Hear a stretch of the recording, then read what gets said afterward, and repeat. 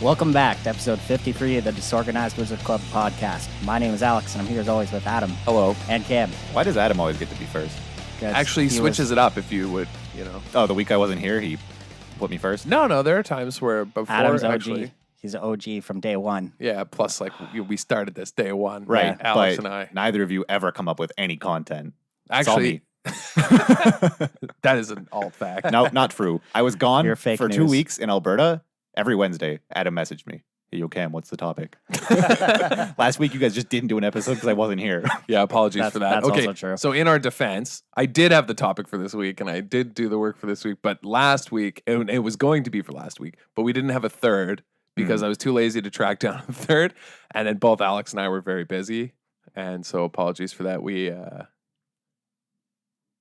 I don't know why we just didn't bother. Yeah, I don't know. I don't The know. conversation just kind of ended when we were like, when we're recording. Because I wasn't here. Oh, well, we need to find a third.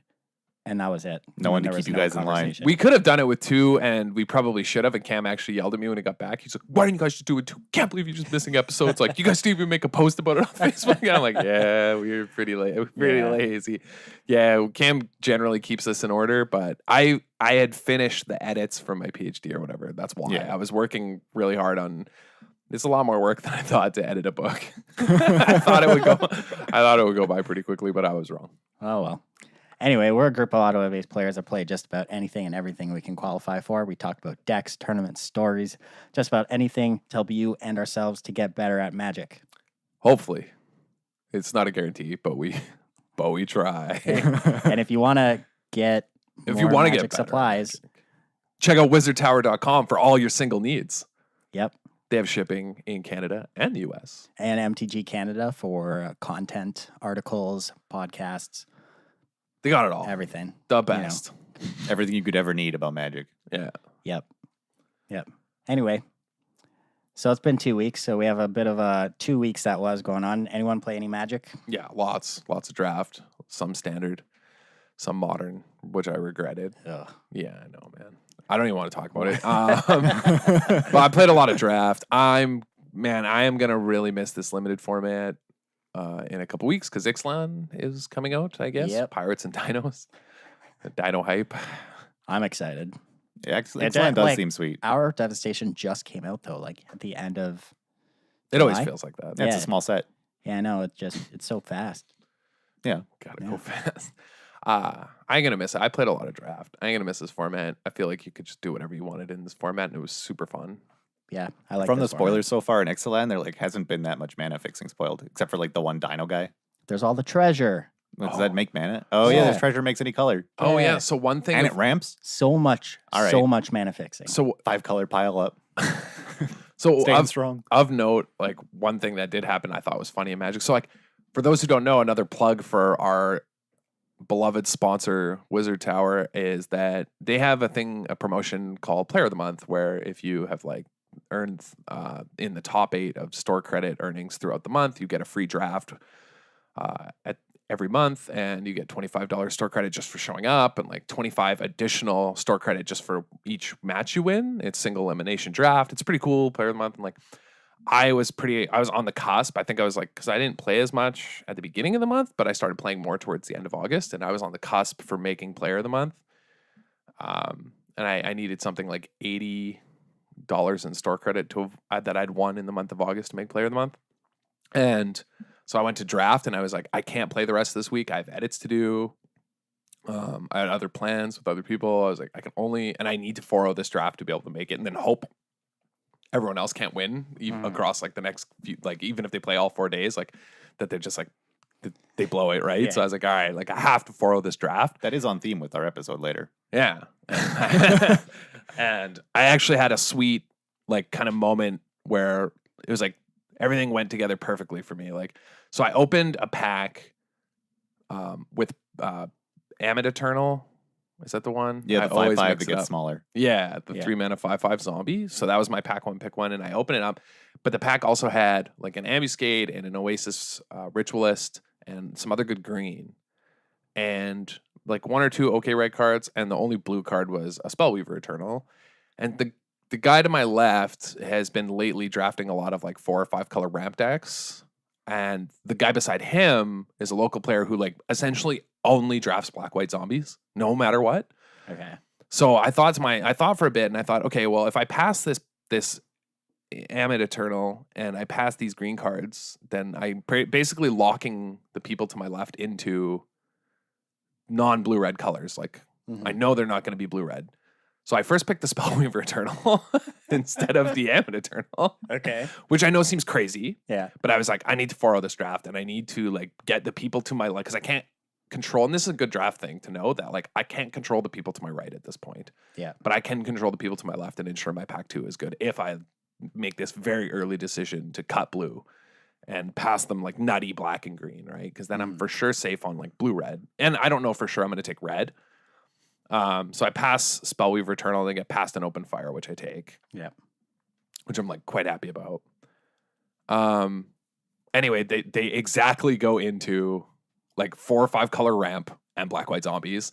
In pack 2, I get past triple open fire.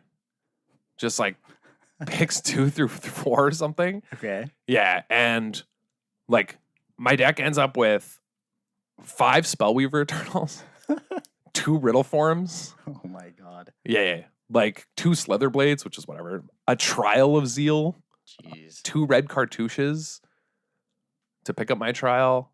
Like 5 or 4 open fires. So like 5 deal 3s to the face. And like 2 Firebrand Archers. And just like my curve ends at 3. And my deck is just like 13, 14 land. Like Riddle Forms 1 drops open fire. And like I easily 4-0 the draft. And it felt so good because I was like I just like baited this draft like perfectly, right? Like I put exactly the players I needed to into the colors I needed to like, and it was so funny. I remember I beat the guy playing black white zombies in round 1, and his deck was like obviously insane because I passed him like Yeah, you got a 3rd pick Amit Eternal.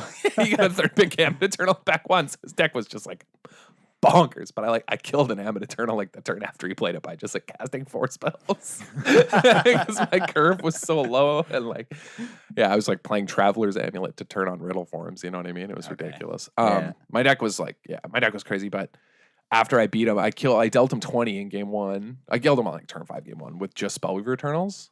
Like I went like turn 2 Spellweaver Eternal, turn 3 Spellweaver Eternal, like attack Kindled Fury, like your blocker, and then like untap, I like play a Traveler's Amulet, open fire your blocker, attack, like take 8. Like you just died to you just died immediately basically to Spellweaver Eternals. And after like the match, he was like, "Yeah, that card's normally not good. Like I think it's actually really bad, but it was really good in your deck." And I was like, "The card nuts!" Like, It's like but I think he didn't know isn't because it the best blue uncommon? Yes. it's a best common. blue common. It's a common. Best blue Yeah, common, it is the best blue common, I think. Yeah. And like, in game 2, he like was at 4, and I attacked with 2 Spellweaver Eternals, and he's like, "Well, block," and I was like, "Sure." Done. And he was like, I thought he had something, and then I was like, "You take 4?" And he like looks at the card. He's like, "Oh, yep." He's like, "I didn't think that card was good." I'm like, "That card's nuts. I don't know how we're this. I don't know how we're this This deep late in the format, and we yeah. don't know that this card's crazy." Yeah. So anyway, it was like a sweet like. It just felt good because I locked player of the month at like exactly 80 points, like just squeaked in, like you know what I mean, kind of Nice, thing. So nice. it felt sweet. So like. Because I'm going to start playing a lot more Magic, so like I'll be getting in player of the month like all the time. But like, Because it's just so good, eh? well, yeah. easy game, and just 4-0 every draft. But like, yeah, I like it was just a really sweet moment. So that was like the kind of cool thing that I did. Or like, I know it's just 4-0ing a draft, and it's not a huge deal. It's like a local draft, but it was like cool because like everything. Yeah, from pack 1, pick 1, you planned out what was going to happen, and it worked out. Yeah, like that doesn't always happen. Like a lot of the times you end up with a train wreck, or like. People don't read signals, and like they're just the guys to your left are just also in blue red, even though you passed them no blue red. You know, they just like, I guess I'll just take this pick 2 crash through. You know, like seems open. Yeah. I remember back when I used to stream. Hey, remember how often that would happen? I would like draft, and like someone in the chat on Twitch would be like, "Green seems open. Yeah. Like you should go to green." There's been like no green cards. There's like no green cards at all, and then there was one, and green's open. It's like those videos. You ever see like people standing in front of a mall, like angrily banging on the door, being like, "I don't know why they won't let me in. Like this mall seems open." yeah, basically like that. Yeah, so I don't know. Like this format is cool, and then like I drafted again yesterday, and I drafted just like a boring green black deck, but it was actually like super good. I mean, I had Razaketh, which was like not great actually because it's just so expensive. Mhm. But I had the Myriad Matriarch, whatever it's called. Miriarch, Majestic Miriarch. Majestic Miriarch. It's the one that's power like the toughness is Chimera double. thing? Yeah, it's double the amount of creatures you control. Yeah, like Jeez. that card's in like It's a mythical rare. yeah, it's not realistic. Those cards Oh are yeah, good. Phil was complaining the whole time. He's sitting beside me in the draft. He's like, "Oh, 2 mythics you open." He's so mad. And like just act like just yelling like you're so lucky. Yeah, He's but like which invocation did he open? not a good one like the week before, but he's opened like 30 or 40 like He's taking all of them from expeditions Ottawa. and invocations. Like it's ridiculous. Yep. And like I opened one and it was sculpting steel, you know what I mean? Like Yeah. which by my logic makes me the most unlucky man on the planet. Like if you open an invocation and it's not Force of Will, you were unlucky. Yeah. So for anyone listening, or Thoughtseize, like if it's not Thoughtseize or Force of Will, you were unlucky. That's how luck works. Like if you weren't Max Lucker, then like you weren't Then lucky you're at all. Fair. Can we play any Magic? No, I was gone to Newfoundland for a week. And before that, I just think I played a couple weeknight events. Don't really remember them. But What were you doing in Newfoundland? I was at a math conference. Nerd. Yeah. Dude, speaking of Newfoundland, I was watching a random like Aussie stream a draft last night. I know it's weird for me. And he like someone in chat was like talking about Newfoundland. I was like, East Coast is sweet. Like, you know, I was just there traveling. And this guy just like raged on me in chat. He's like, why do you think the East Coast is the best? I'd like to hear a compelling argument for that. You know, apart from the Northern Territories, it's 7th, 8th, and 9th, and happiness and like economic sustainability and all this. I was like, jeez. And he's just like going crazy in chat. And like even the guy streaming just like ignored him. Because it was like, man, this guy just like, and he's like, I'm in Newfoundland. I hate it. It was so crazy. I was like, geez, I just like the East Coast. Like I'm not from there. I It's just a nice had to- place to visit. So I was gonna ask, how was your time in Newfoundland? It was good. Saw some of the like windswept trees. There's a local blueberry wine that you can only buy there that's really good. Right on. Yeah, and otherwise I just sort of like sat in a lecture hall. It was a good time. Wow. Did you eat a lot of dairy and have any lactose problems? I ate a regular amount of dairy and had no issues. Nice. Cool. Did you play Magic at all? You're not allowed. No. I worked a lot. I didn't even have time to cheap draft, unfortunately. Yeah, that's a bummer. But soon that's going to end. Yeah, drafting is the best. September 24th for 5 weeks. I'll be able to play on weeknights and Saturdays. Gonna go to Nationals. Yep. Nationals is awesome. It's a sweet deal. Cheap entry. Prize Yeah, if anybody is hasn't great. heard, they upgraded it. Yeah, For Like Canada. doubled the prize pool, added a whole bunch of side events, moved to a larger venue. Like Yeah, Nationals. it's just it's a GP now, pretty much. for Canada is Like, basically a cheap I'm GP. I'm Yeah. assuming we're all going, right? I'm Uh, driving. It depends if the Propaganda concert is that weekend because I'm not missing a Propaganda concert. Yeah, I'll go. But otherwise, All I'm right. 100%. Like, I'm otherwise 100% locked. But I have this horrible feeling that the Propaganda concert here that I already bought tickets for is. Oh, how That big's the weekend. band? Just ask him to reschedule. Well, the Nationals is, I think, the 13th, 14th of October weekend. Okay. maybe. yeah, because it's a Friday the 13th, and then the Oh, I think And maybe then they're playing on Nationals the is the 14th, 16th. I don't think. 15th. I think they're not even playing on a weekend, so it should be okay then. Maybe. yeah. Oh, yeah. Yeah, you'll be fine. I think I got to double check the dates. But anyway, if not, we're locked for Yeah. Nationals. Like we have Also, to go. our Nationals, Ixalan will be out already. I'm pretty sure for most of them, it isn't. It's still Hour of Devastation. Yeah. Oh, they're like already happening. Yeah, well, ours is one of the last ones, I'm pretty sure. So, but yeah, we're one of the few that has Ixalan. So that'll be neat. Yeah. But yeah, I'm pretty excited. Tournament looks sweet. Face-to-face games is hosting it. Yeah, I've never Yeah. played in a Nationals because none of us have actually. But No. because I they- haven't. That's why you haven't. because none of us that's have. solid logic. Actually, yeah. No, sorry, I meant like none of us have just because it was Yes. That was before, non-existent. It was before our Yeah. time, but before I played Magic competitively Yeah. or at all. it was before I played competitively. Yeah. Yeah.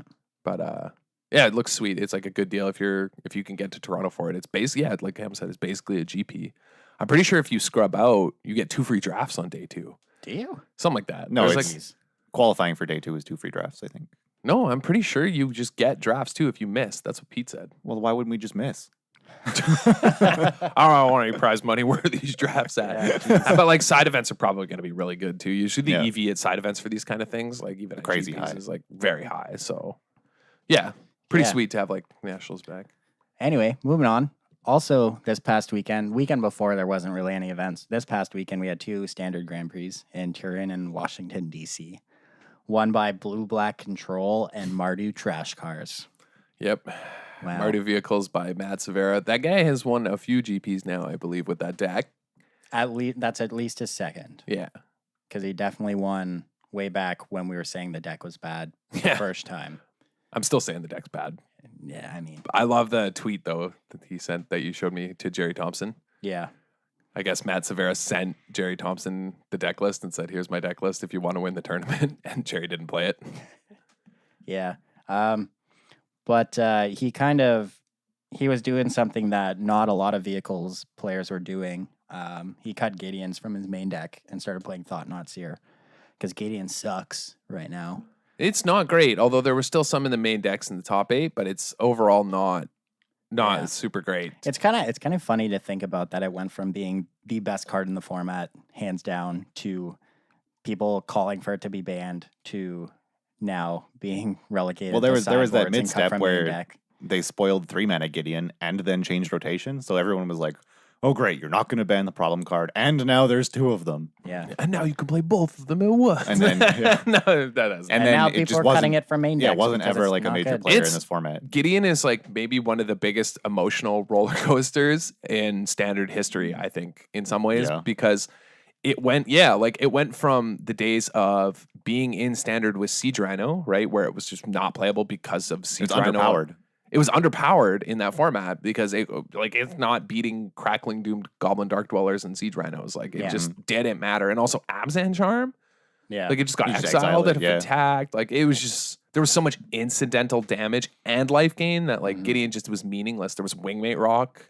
Yeah, and then before those that, cards like- rotated, and then it was the best card. Yeah, and then it was Period. just utterly dominant, and it was like just so oppressive that people were basically having nightmares about it, right? Like it was it was so oppressive in Blue White Flash, and people were like calling it for it to be banned. Yeah, it was just a crazy emotional roller coaster. And now it's like irrelevant. And people are like, oh, that card's rotating. Like, oh, whatever. Like it just doesn't even matter. Like, you know, people were playing like Eldrazi again. Like it's just a weird. I sold all mine the week before DC. I sold all my old standard cards. I haven't played standard in months. Yeah. Smart. Just been drafting, so I just got rid of all that stuff while it was still standard events to play. And Can't believe you're selling Frontier staples. Long live. Were you smart and listening to the podcast though from episode 49, I believe, where we said pick up Scarab Gods I did. I own 2 of them now. because they were cheap at the time, and now I believe it is an expensive mythical rare. How expensive is it? I don't know. I think it's like $25 or something. Is it? Yeah, Let me it's- check out wizardtower.com. I think it's like kind of expensive, but you know that's because like even at this GP, it was everywhere. Like there weren't a ton of copies in the top 8, but it won the Turin GP. Yeah, I Blue watched, Black like, Control. I tuned in for a bit of the Yeah. GPs. I watched Sold like out at 3 rounds. 1975. yeah, And in the 3 rounds I watched, there was a Scarab God on one or both sides of the table.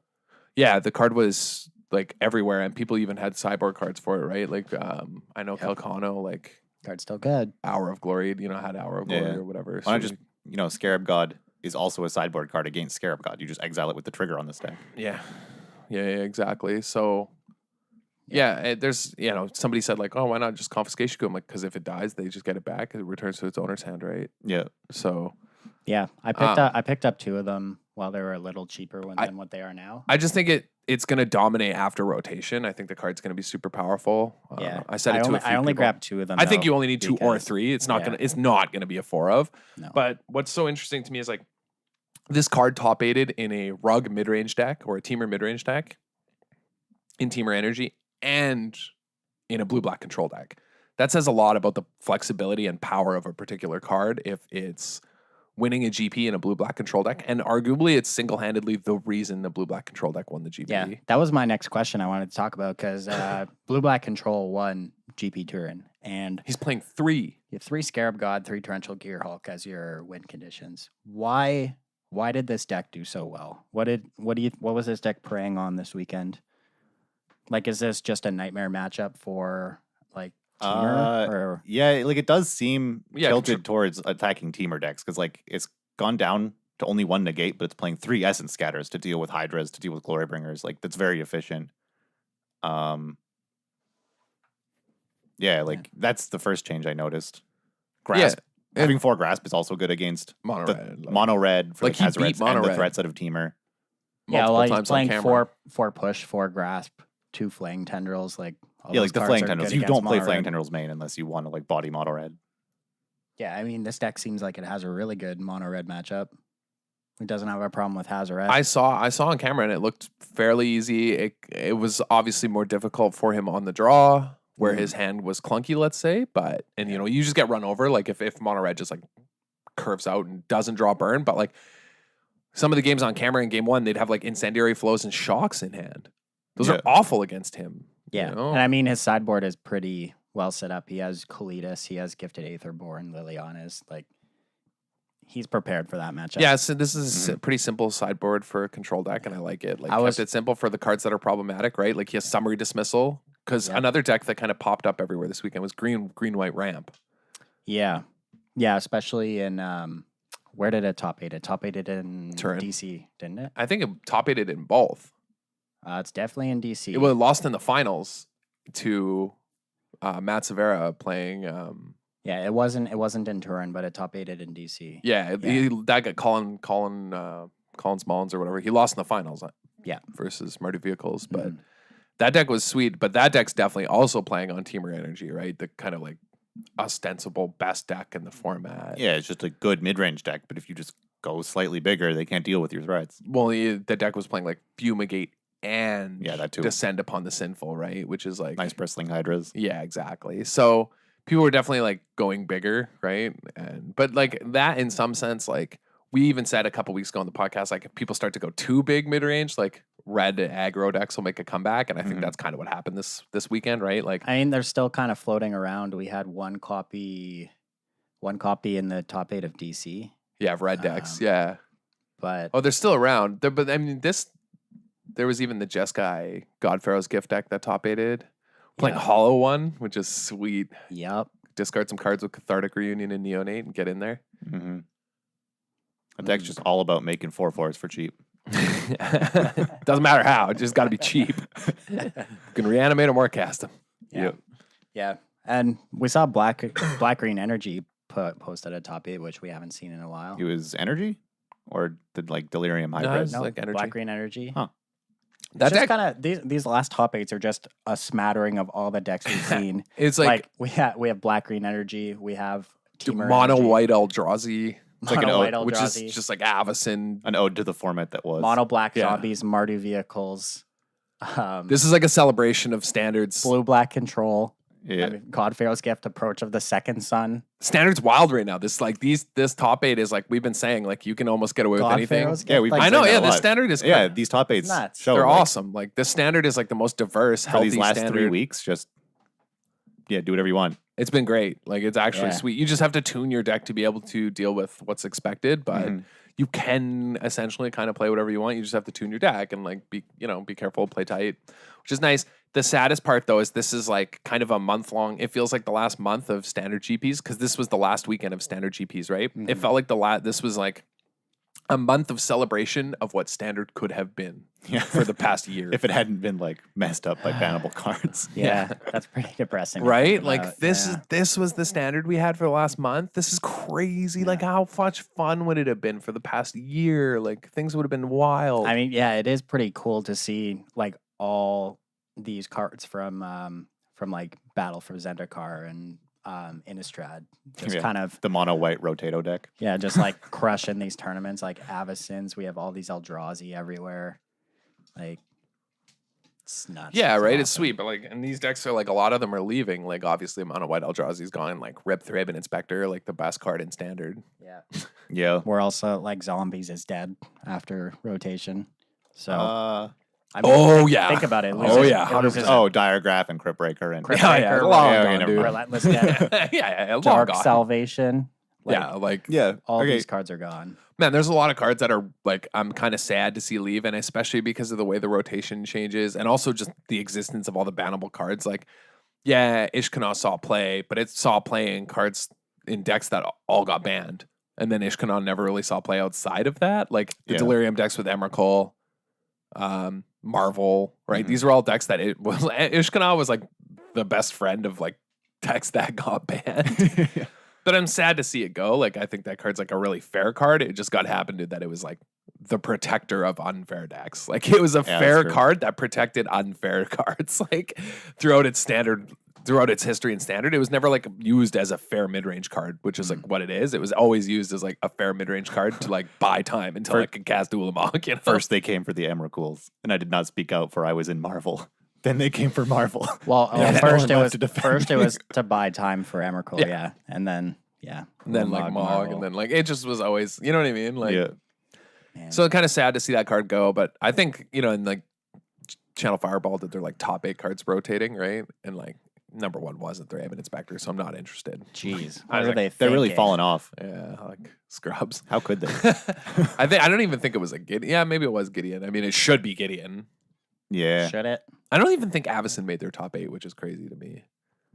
Avacyn- Elder Deep Fiend's kind of a bummer. Losing Elder Deep Fiend's like another That's a card that like It was so close the it whole was so time. close to being like really cool. Like it was cool in the blue red emerge decks. People had like that weird Sultai emerge deck that was around before Origins rotated, Yeah.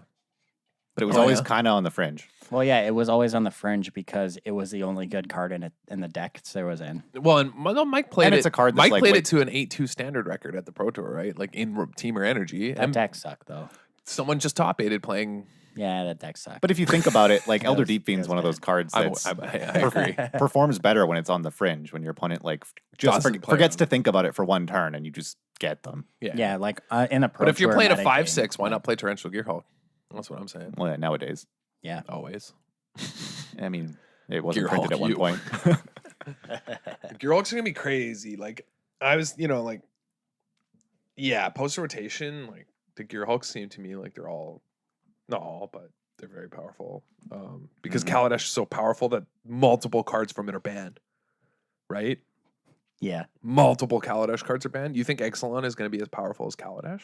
Nope. Like the Kaladesh, like energy itself as a mechanic is gonna be nuts. Like Rug energy stays around as a deck. It's I mean, dominating. Like even Chandra is gonna be a problem. energy as a mechanic is dominating our current large standard.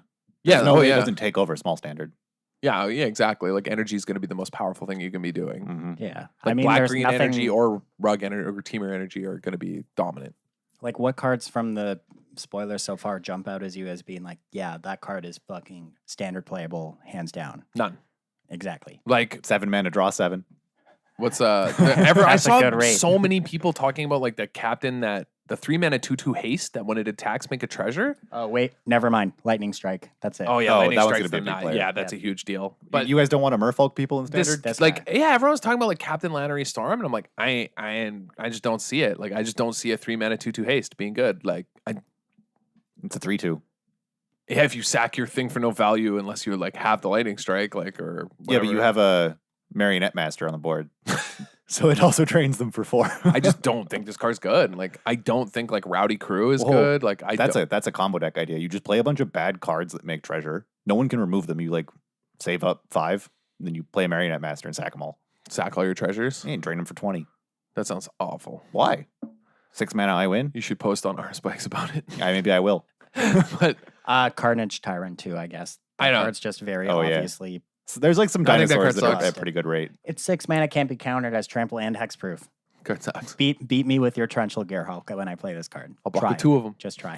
To the slaughter rotates. No. What are we gonna do?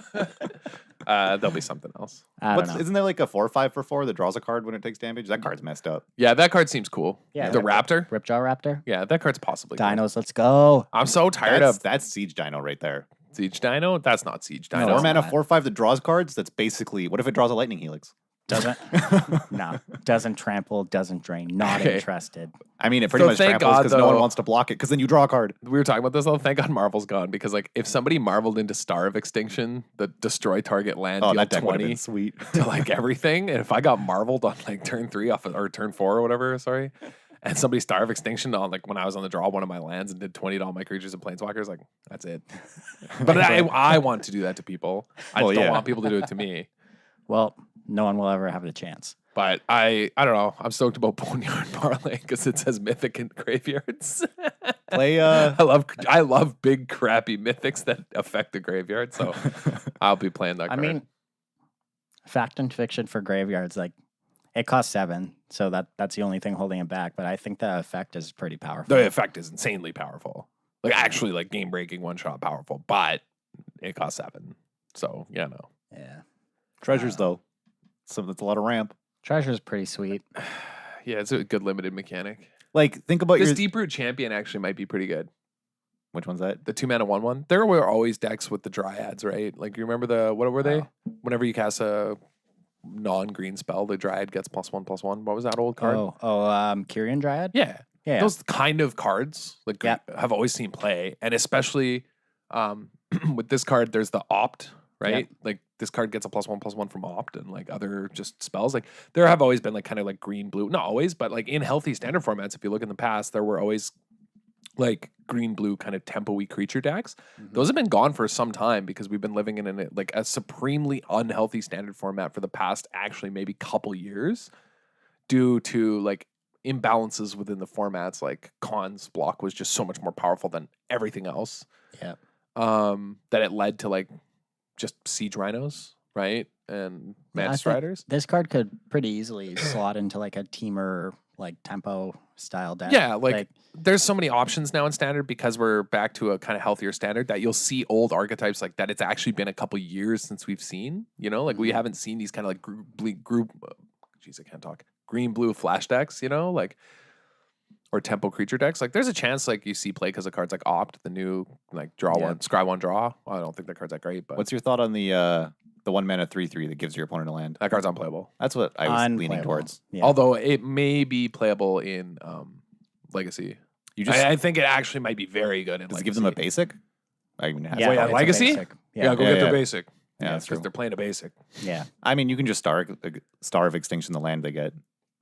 I like Drover of the Mighty, the 2-mana green 1/1 that can add mana and gets +2/+2 if you control a dino. Yeah, you get a 3/3 later. That card's gonna be like pack one, pick one, and limited too. By the way, Yep. that Mhm. card, Drover of the Mighty. That card's actually like pack one, pick one, and limited probably. If like the colors work out, the green's good. Like And I mean this like green red dinosaur is obviously nuts, right? Oh, yeah. Broodmate Dinosaur. Yeah. the 4/4 that makes a 3/3 with haste. Yeah. Once does- again, rip Felidar Guardian. Just keep Yeah, making 3/3s. Yeah. that card's good. That card's very good. Yes. Yeah, I really hope we get a couple more good dino cards. I think this card is like pushed for standard play. Oh yeah, obviously it's very What pushed. is it? Regisaur, Regisaur Alpha. Regasar, I Regisaur. don't know. Reggie. You have selected 8 for regicide. If you know the name of the king or queen about to be murdered. You know what I'm Press excited 9. for? And I'm sure other people have noticed this, but listen to the following curve. Say you spend your 2 mana on turn 2 to play a Heart of Kirin. Then on turn 3, you play a new Jace. And you tick him up, and then you tick him down to crew your heart. You get to attack and loot. It's like a build your own smuggler's copter. The glory days are back. Jesus. I don't know. I guess we started the conversation with, are there any playable cards in this set? There are. There's like the better Relic of Progenitus. Is that better? It just scries. It doesn't draw a card. It's Scries though. I don't know. I think That's this card's really good. I don't think it's better than Relic, but it depends on the deck. But that card You is don't have very to, good. You don't have to pay mana for this one. Yeah, I know. And it's also definitely better than Crook of Condemnation. Oh yeah, Obviously. it's yeah. by a far the lot. best graveyard hate we've seen in a while. And then also Hostage Taker is very, very good. Yeah, despite terrible templating and design on WotC's behalf. Yeah. Yes. That led to now erratas being in the game of Magic, which is just like so frustrating. Yeah. Erratas I on mean new all cards. the old buddy lands are super playable as well. Those cards are great. I still have all my copies, which is sweet. You know what? I think I do. I just don't know where they are. I have a ton of copies of I them. never I have had 'em. extras probably if you like. yeah. Because they were like $2. They were like I'm pretty sure they're somewhere. I just don't the know. new where. art. I want to get the new ones though, because I actually like the new art, which is weird because I'm not normally like I don't normally care about art. Yeah, I know the new art is sweet. But the new art is way better than the old ones. Oh yeah, of course. I like the new frame too with the little like silver thing in the middle of the bottom. I don't Yeah. know, I think the cards just look better with that. But yeah, they look good. yeah. Still gonna play my unglued basics, but What? Gotta get the brown borders. You animal. Get some mud. But yeah. And also Spell Pierce. Yeah, Spell Pierce Oh, being in really? standard is interesting. Yeah. Jeez. I don't know. Yeah. Maybe they're trying to make blue great again. Hey. Can't wait. Yeah, I mean you have Opt, you have Spell Pierce, you have 7 mana, draw 7. I don't think that card's good. It's 1 mana per You don't want to card. play Sprint? It's a sorcery. It's your entire hand. It's a sorcery. We have I'll full just farm farm tomorrow. Yeah. On my opponent's turn. When it's safe. Yeah, I'm not tapping out for 7 to draw 7. I think the Jace is like super interesting. I think the Yeah, card it's might neat. be like crazy good. The Dino You know, Dinomancer Planeswalker is interesting when too. I went into Tower to sell all those cards the other week, Joey, I was talking to Joey, a guy who works there, and he's like, "Yeah, once Jace got spoiled, we immediately got bought out of all anointed processions." Wow. All right. That is actually hilarious. It's a lot of Jaces. That is a lot of Jaces. Yeah, Yeah. but I don't know. It's Actually might be like Mono this blue- Jace. Mono blue boy band. This Jace might be a problem simply because his ultimate comes so fast. well. Like, And if you ultimate, it feels like let's you're think going to be about this. so comically ahead. Let's think about this. 3 You planeswalkers, though? ultimate it with an anointed procession. You get 4 Jaces, and then you -2 all 4 of them, and you get Cam. 6, 12. How many? 8. You get 8. Yeah, 8 more yeah, each illusions. one makes Yeah, 2. Each one makes You're 2. minusing it 4 times. Yeah, 2 times 4 4. times too hard. math. 8. We're just testing you. That's all. Oh, I You thank gotta you. make sure you're on your toes. Yeah. Yeah, I know that's a school lot. starts That's a this lot of week. tokens. That's Yeah. a lot of tokens, guys. Don't know if you're ready for it. Or No, I not. was on campus today, like elbows out, trying to make my way through the crowd. Oh yeah, throw Guys, bows. that's 8 tutus. Yeah, That's a like lot. 17 power. but then you also get to tick up all 4 of your dumb Jaces and start looting. Yeah, Right? Like that's I don't know. 3 mana planeswalkers are dangerous, like super dangerous. Yes. They're almost always good. That Rip is true. Liliana though, because she's rotating. That's a bummer. And Nissa, Yeah. 2 good 3 mana planeswalkers are rotating. That's a bummer. Yeah. What are you gonna do, man? But 3 mana planeswalkers are always good. I don't know. The new set Jace's. we'll save our general spoiler episode for like when the full spoiler's out. yeah, Mhm. it's but- pre-ordering for $18 now. Do you think that's too much 18? for Well, you should ask. 3 mana planeswalker? I'm actually surprised it's not higher. Do you remember when Jace Telepath Unbound was pre-ordering for $8 Yeah, and everyone thought it was trash? yeah, and I distinctly remember not buying any of them, and then that card being what 100. Yep. Yep, feel bads, man. Tom Kralik and Lil Benny each bought like 10 copies because they were like, this card's busted. They were like, it's just like insane. It's just like so good in standard. $18 isn't that much. I should pre-order for Right? it. Yeah, like I what if expected it's it to be nuts? higher. I mean, it could be like just comically bad, but like the what's the odds that a Jace is busted? 50%? Oh, more than that. No, it's probably about 50. Maybe Okay. under 50 probably that it's busted. But when he is busted, he's like format defining. Right. So it's like, let's say it's a 40% hit that like Jace is just like completely busted. Mhm. That's still pretty good. You Yeah, know? because I guess on most planeswalkers, if they're not good, they're 15 to 20, and if they are, they're like 30 to 40. I mean, But if Jace is not good, he costs 15 to 20, and if he is good, he costs 90 to 100. Yeah. And the other thing is like, even the bad Jaces like still are like 10, 15 bucks. Like, Yeah, like- they're just always expensive. Like, that's just how Jace is. Like, so this is, I don't know. It's like, I'm not going to order any because I just don't. I'm It's gonna do only it. a standard playable Jace, probably. You know what? Who knows though? Actually, like I don't know anymore with Jaces. It's weird to Cam just leans back in his chair and shrugs. Like people couldn't see it. He just man. I don't know. Like the last Jace was bad, Unraveler of Secrets, but it was still playable. It's still played. And then before that was Telepath Unbound. Living Guild Pact. When was that guy? No, that No, was there's Unraveler. that was there's Flip forever Jace. ago. Fringe Yeah. Prodigy. Yeah, that's what we were saying. Oh, Yeah. he's Telepath Unbound on the backside? Yeah. Yeah. I never Yeah. knew what it was called. Yeah, he's not a planeswalker on his front side, Cam. Well, He's a creature. Yeah. yeah, I'm okay. Come on, Okay. man. I'm sorry. I just cast Hero's Downfall. I don't care. Get out. Yeah. Please leave. Where's- Stupid tribal Gideon decks with the new Planeswalker rules. Anyway, we I should don't know. move We'll on to our save topic. Yeah. Also, we'll save our spoiler discussion for like some other time. Yeah. So today, I was it was from the GP. I was gonna tell that story about the blue black guy, right? Like yeah, go ahead. it was kind of our topic, I guess, was like we've talked about this in the past, I guess, briefly, which was like not conceding and all this, like playing to your outs and all this. And this is Yeah. kind of part of that, but it's I jokingly put it in the show notes as praying for punts. Yeah. And it's hoping your opponent punts. Yeah, we've talked about like playing to your outs before, but those all sort of had this spin of like playing so that you can make plays that will let you win. Whereas today we kind of wanted to focus on playing in a way that makes it more likely that your opponent will make a mistake that makes them lose. Yeah, so even just kind of hoping your opponent doesn't see it, like, so one of the things that happened at the GP that made me think of this was Robin Delar, who was playing the blue-black control deck that won Grand Prix Turin.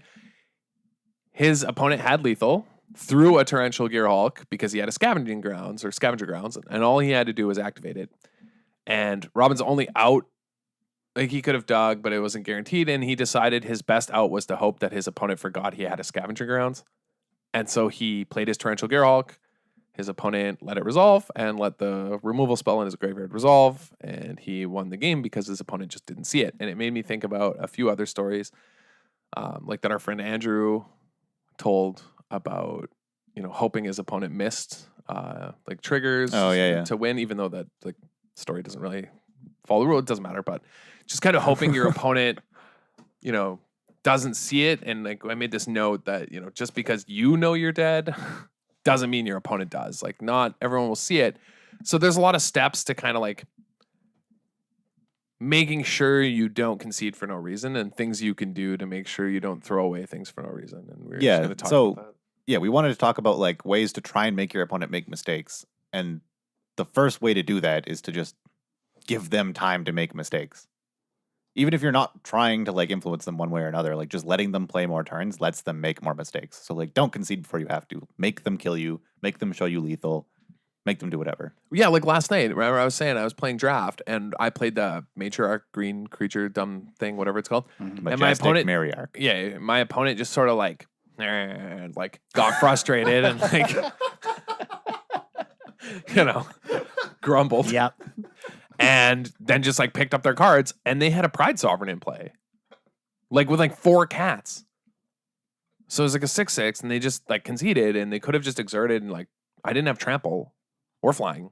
So they could have just jumped and gained 1 every turn, like, and they just conceded. And like in game 2, they showed me a Consign to Oblivion. They were playing like 3 color or like, I don't know if they had a way to splash black, but maybe they had a Survivor's Encampment, but they were playing Bant, but they probably had a way to make a black mana or whatever to consign. Yeah. So like, or just bounce it for a turn even. Like there's so many things you can do like that, but they didn't. They just scooped because they were like kind of behind. And I was like, oh.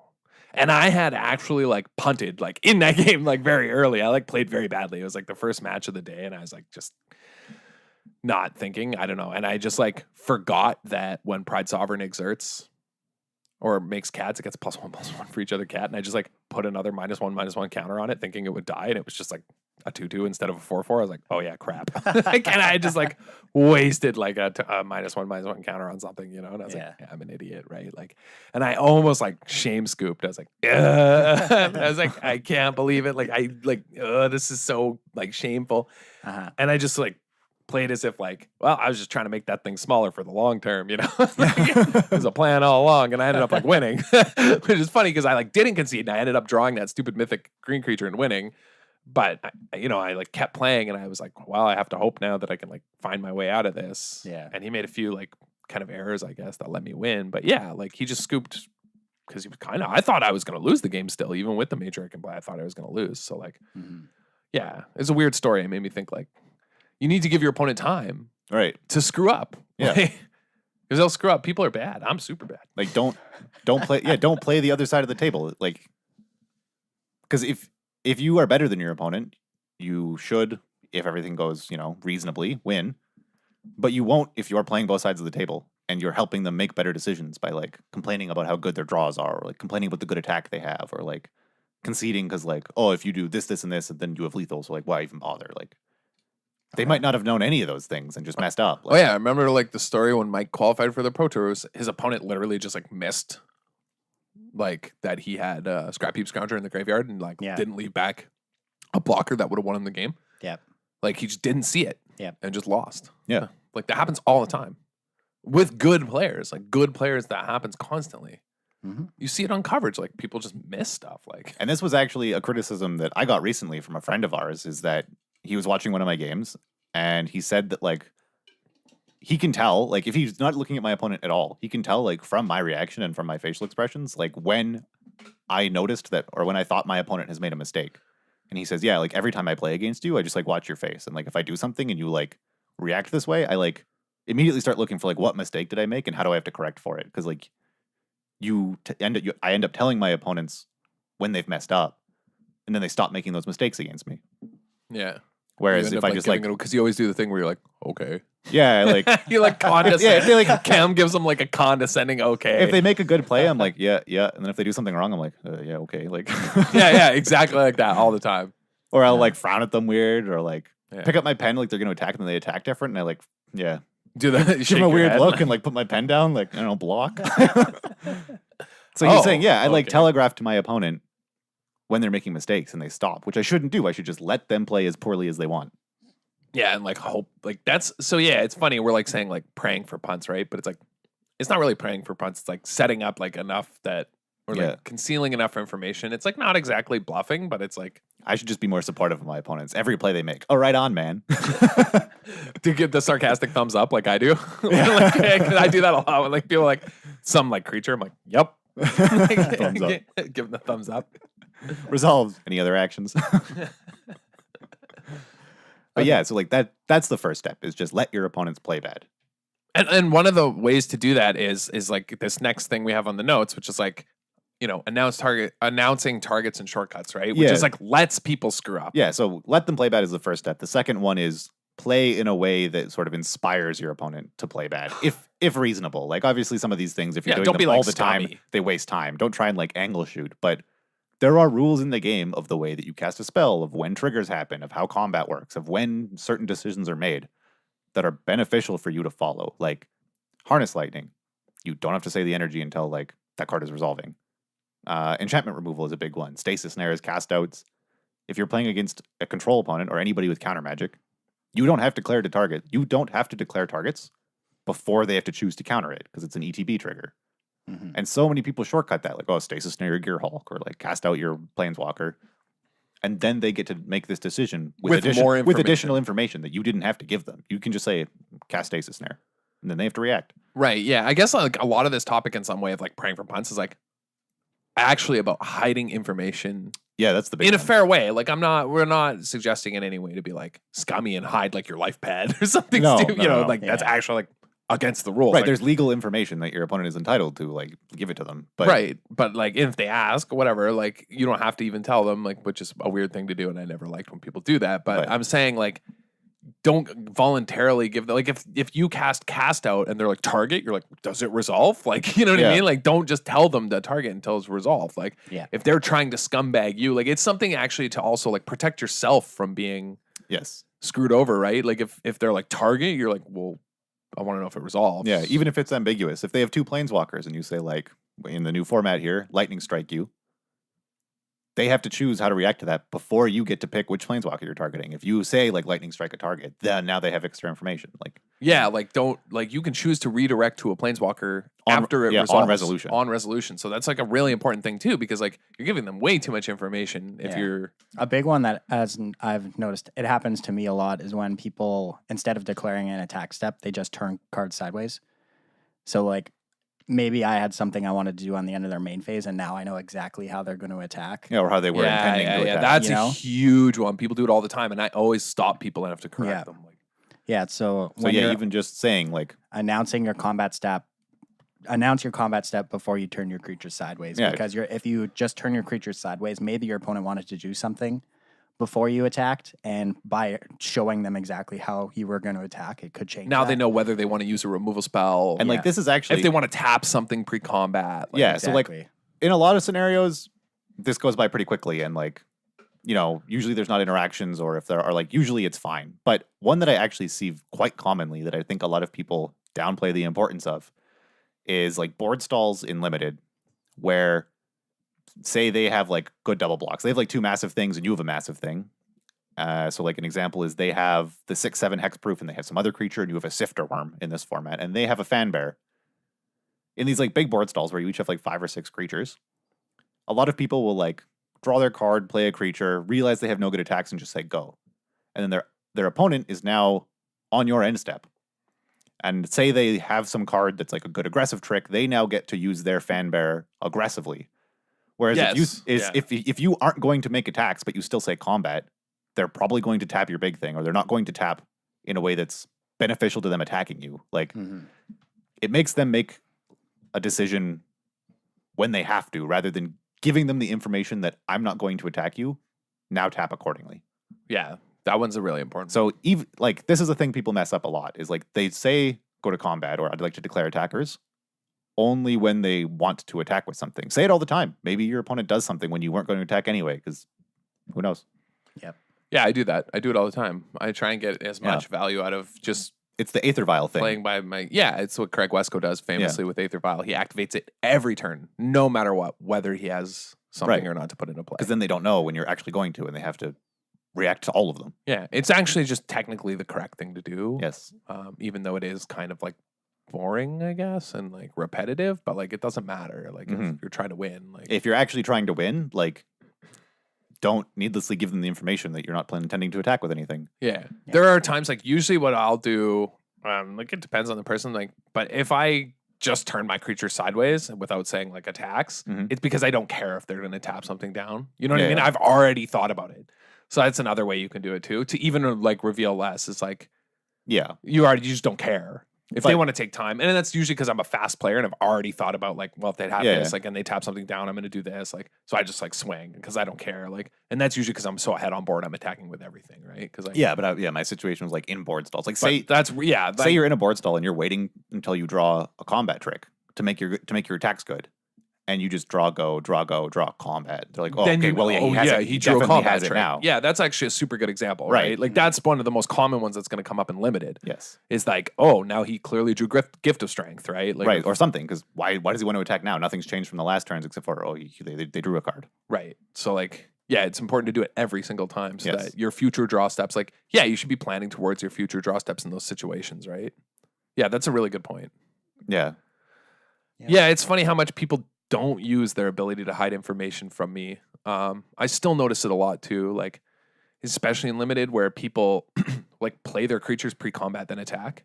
That's actually, and I'm just like, that's one that is like Hall of Fame, requires mentioning, and everybody forgets about it because like we're so used to doing it the other way. But like, don't play anything pre-combat if you have to. It's crazy. Like the other day I was playing Unlimited and like I actually like would not have blocked had they just attacked and then played something post-combat. I would have just taken 3 at one point. Like an attack from a creature. Instead, they like just played their creature, then attacked. And I was like, sure, trade. An attack with a creature backed up by a bunch of open mana is like so much more threatening, makes you think about so many more things than tapping out and then attacking. Yeah, and they just like didn't even think about attacking and were like, creature, go. And I was like, okay, sweet. They have like no combat trick and no good attacks. And like, their hand isn't great, right? I'm like, man, I just got so much information from this. Like, and I ended up just like smashing them because I was like, they don't have a contract, they don't have anything. They can play around this. Like, they don't have removal, they're not leaving up anything. Like, they just gave away like their whole hand as just being like vanilla creatures, which it was because of the way they played and like by doing that. So it's like, you got to think about like, if your hand is just like vanilla creatures, like in limited, like how do you make them play as if it's not, right? Like, I'll get in damage often where I have nothing. Like, right. If you have like, if your opponent plays a 2/2 and you have a 2/2 and you just like draw attack, leave your mana open, like confidently, so many people just don't block. Or they just like, oh yeah, like yesterday, the guy was playing in round 1, like I got him with like, in combat, I like cycled something and I put a counter on something with Ruthless Sniper because I like had a bunch of open mana and attacked. And the next turn, I just like served with the exact same creatures. And he's like, nah, I'll just take 5. Like, I'm not blocking. He's like, I don't trust you. Like, literally said it out loud. He's like, no, I don't trust you. I'm not blocking. And I was like, sweet. And then I just like, creature, go. Like, played out my hand, right? And he's dead because he took the 5. Yeah. And the next 2 creatures are lethal because of it. But he's too scared to block after getting blown out, right? So like, because you concealed information. Right, because I hid all information. So the next turn, he's like, I can't risk it. Like, I can't block because if you cycle again, I'm screwed, you know? So stuff like that, like, you can just really get people. Another example, I'm seeing this less now, but like, it's still somewhat common to continue backing up through our game from board stall to early combat to mulliganing.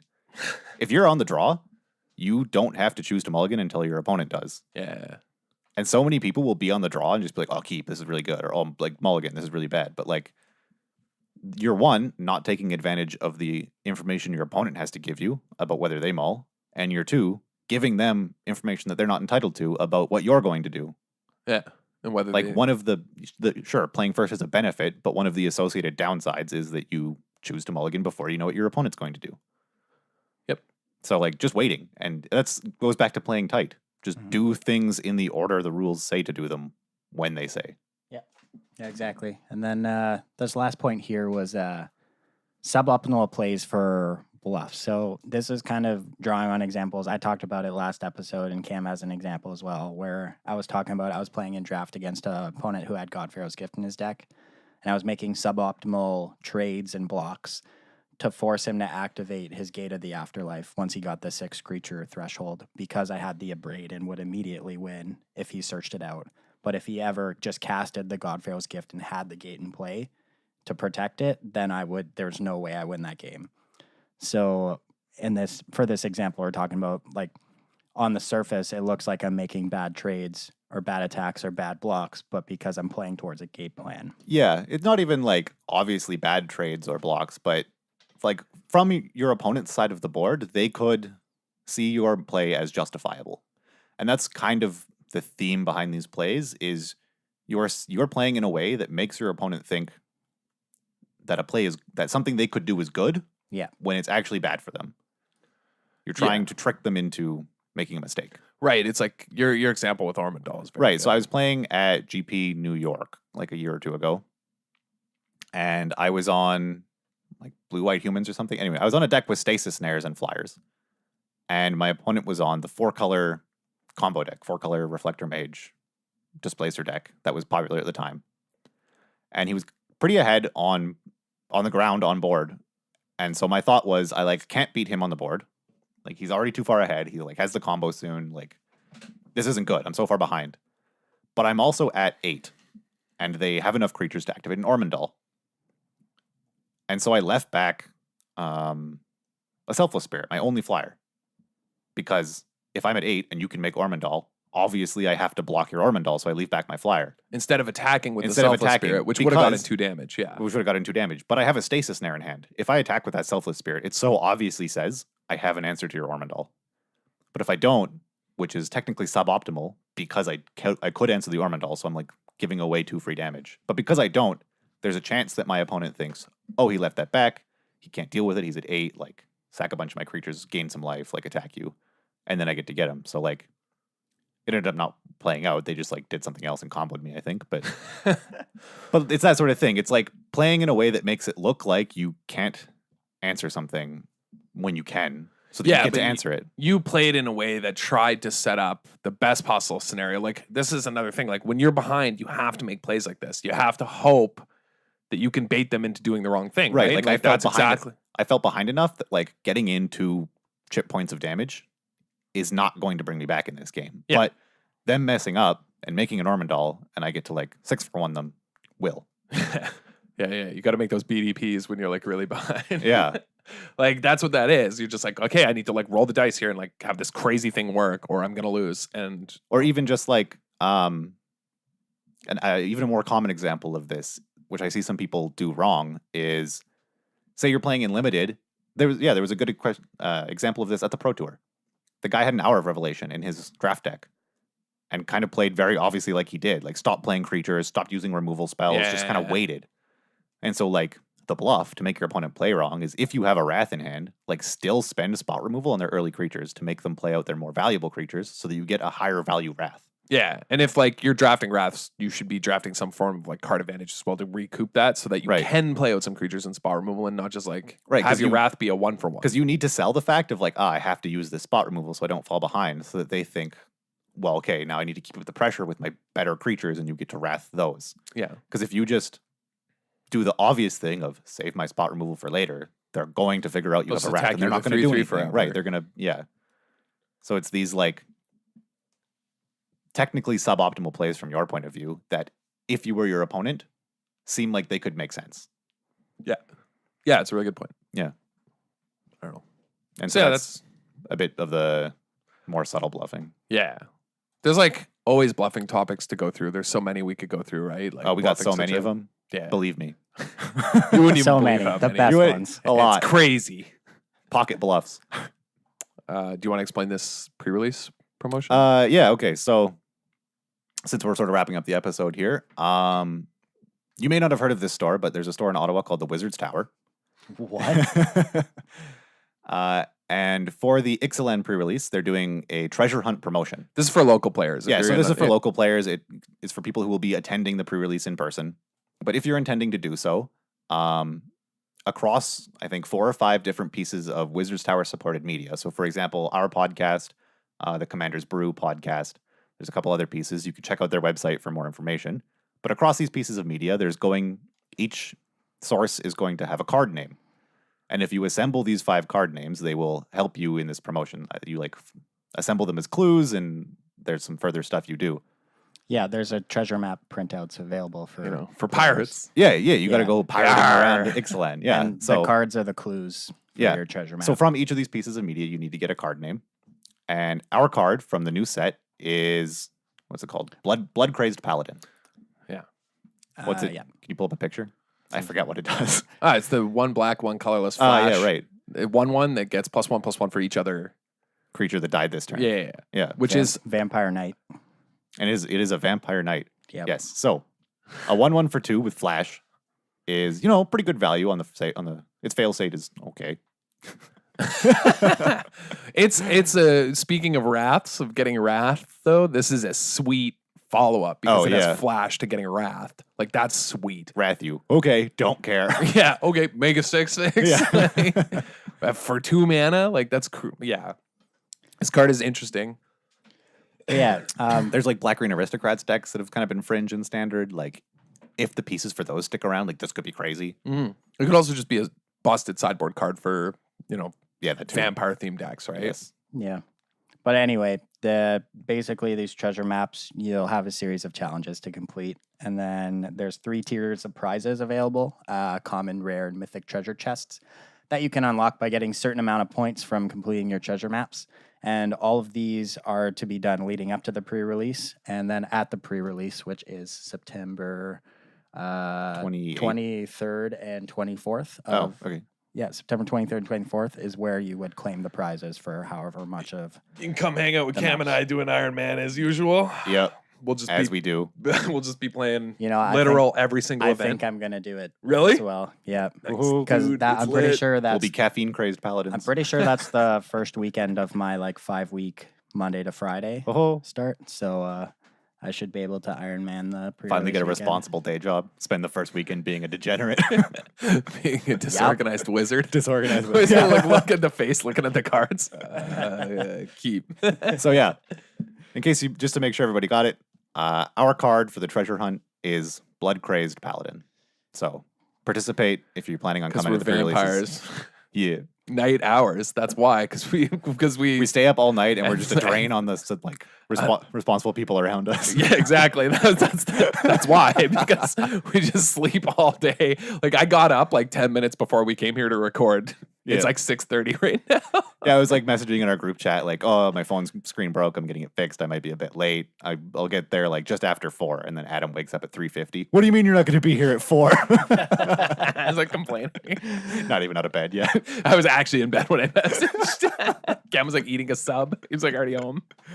So. All right. So thank you all for joining the club this week. Make sure you check out wizardtower.com for all your Magic single needs. And like us on Facebook, send us a message if you have blowouts for our blowout competition. That is still going. You can also contact us at an email at disorganizedwizardclub@gmail.com. Make sure they're blowouts, not just punts or screw-ups or something. Blowouts, remember. We want blowouts. I mean, I'd take a good I got my opponent to punt story after this episode. Sure, yeah, I would take that as well, but you have to have gotten them to punt. But yes. One of the things with blowouts is that you didn't do anything. Nobody did anything wrong, and one person got savagely wrecked. Right, like the famous one you got on the guy, or oh yeah, I don't know if I mentioned this. Chad's activation of his brain in the jar to fumigate the Saheli and then playing I don't know if I mentioned this since I came back because you guys did this retrospective episode without me, but I listened to it on my flight back from Newfoundland? from Alberta. Or from Alberta, yeah. And when you guys were going through the best blowouts of all time, when you're yeah, we're gonna do the best blowouts now, I'm mine better be number 1. If it's not number 1, these guys have no idea what they're talking about. And then it was, so props. So yeah. Yeah. Be sure, because blowouts, involve kind of just an unlucky combination of interactions that led to you playing correctly, but it didn't matter because something crazy happened kind of thing, right? So anyways, competition's still on. It's always on. It's always on. It's always on for just great ones. We still sending out foil copies of cards. Come to me on my deathbed 60 years from now with a blowout. I'll try and find you a foil. Yeah. That foil Glorybringer looked sweet. I'm still jealous. Like, I don't have a copy. Yeah, well, maybe you should have blown someone out with it.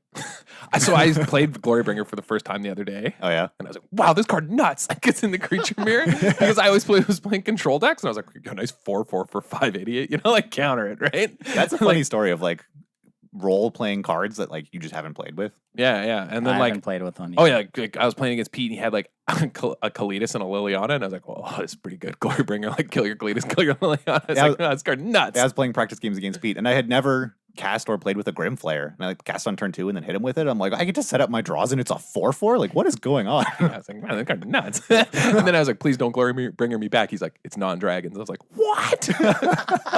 I was like, this card's berserk. And then he's like, well, how miserable of a play experience would that be? Like, the person with the last Glorybringer wins. Like, Glorybringer, get Glorybringer, get Glorybringer. Yeah, I mean, and like, it'd be miserable. Dragons can't fire breathe on other dragons to kill them. That just doesn't make sense. Tell that to Game of Thrones. We'll see what happens. Spoilers, man. Spoilers. Just kidding. I've seen Well, I every don't know. episode. Actually, I don't know that that's going to happen. I assume it's going to at some point. That a dragon will breathe fire on another dragon? Yeah. Well, risky Never know. prediction. Anyway, however you listen Think to someone's going to be topless too? however you listen to this podcast, whether it's on Podbean, iTunes, or your podcast app, leave us a review, rate the podcast, share it with your friends. That's the best way for getting this podcast growing. Thank you very much for listening. We'll see you next week. Bye. Bye, guys.